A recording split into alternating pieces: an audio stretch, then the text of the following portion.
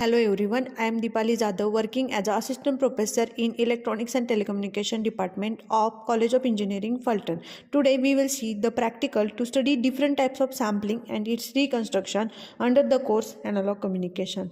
So before that, first of all, what is sampling? Sampling is the process of converting continuous time signal into discrete time signal, and to convert this continuous time signal into discrete signal, we have to follow the sampling theorem. That theorem states that fs, that is sampling frequency, should be greater than or equal to twice of fm. Here in the diagram you can show that this blue color shows the analog input signal and red color is the sample signal. So this is the process of sampling, where sampler combines these two signals or multiplies these two signals to get the sampling signal S of t. There are three types of sampling: ideal sampling, natural sampling and flat top sampling.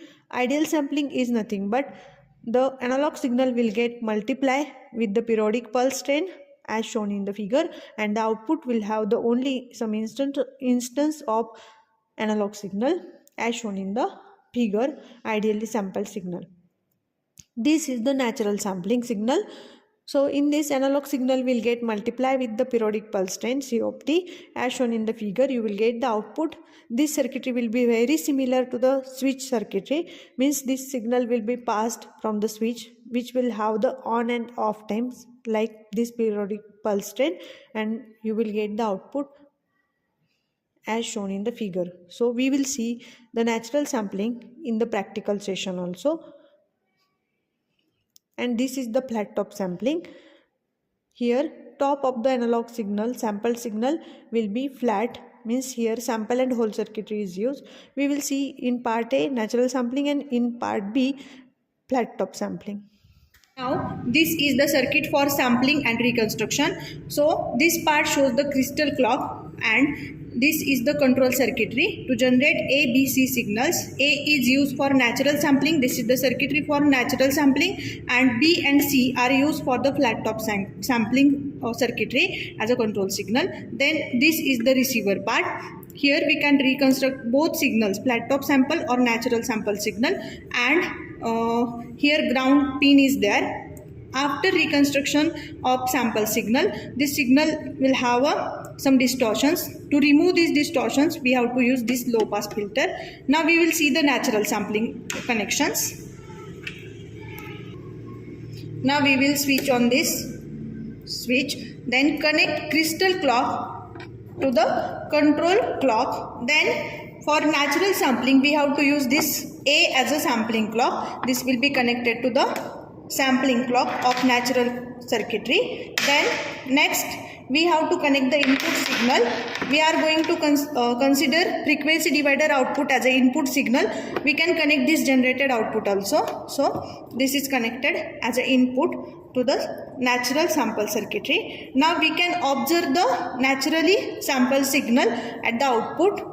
We will connect this pin to the CRO.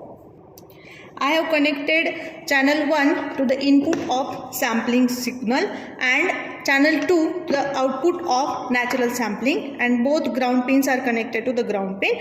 We will observe the waveform, sample waveform and analog signal both simultaneously on the DSO. This yellow color shows input signal, analog signal, and this is the sample signal.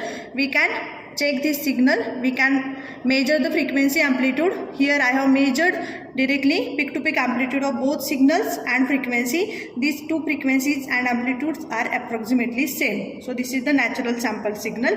Now we will see the reconstruction of this signal.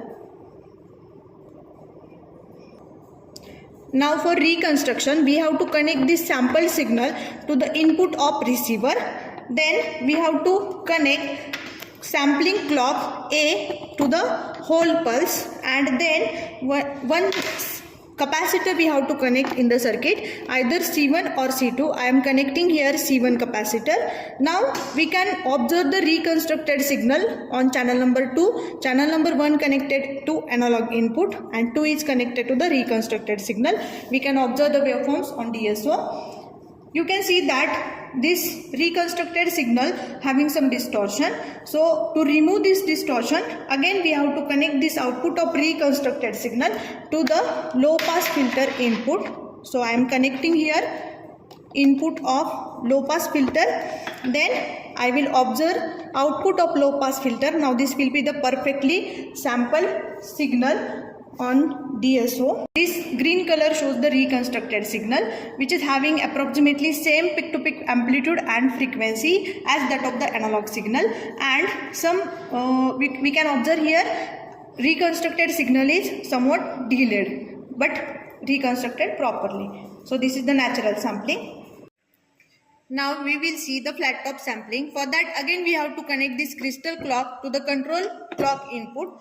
Now for the flat top sampling we should connect this B input to the sampling clock.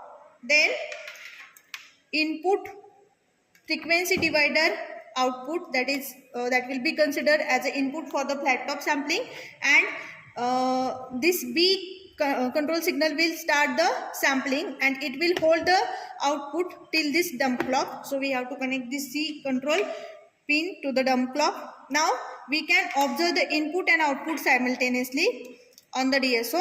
I will connect this channel number 1 to the input of sampling signal and output to the channel number 2, that is flat top sampling. Now we will observe the waveforms on DSO. These two waveforms shows this is the input waveform sampling signal and this is the sample signal. You can observe the top of the sample signals is flat, and we can measure with the help of measure knob frequency and peak to peak amplitude of both signals. It seems look like.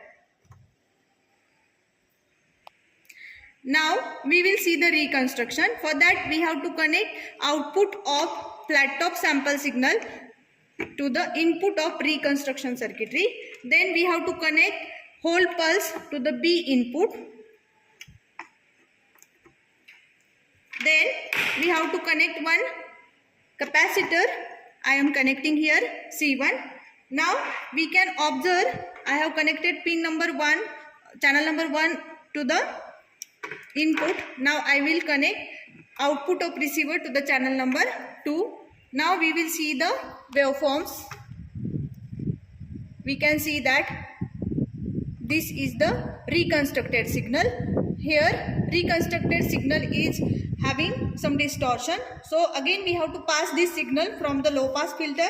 Here I am connecting output of reconstructed circuitry to the low pass filter input, and I will observe the output of low pass filter with respect to input signal on the DSO.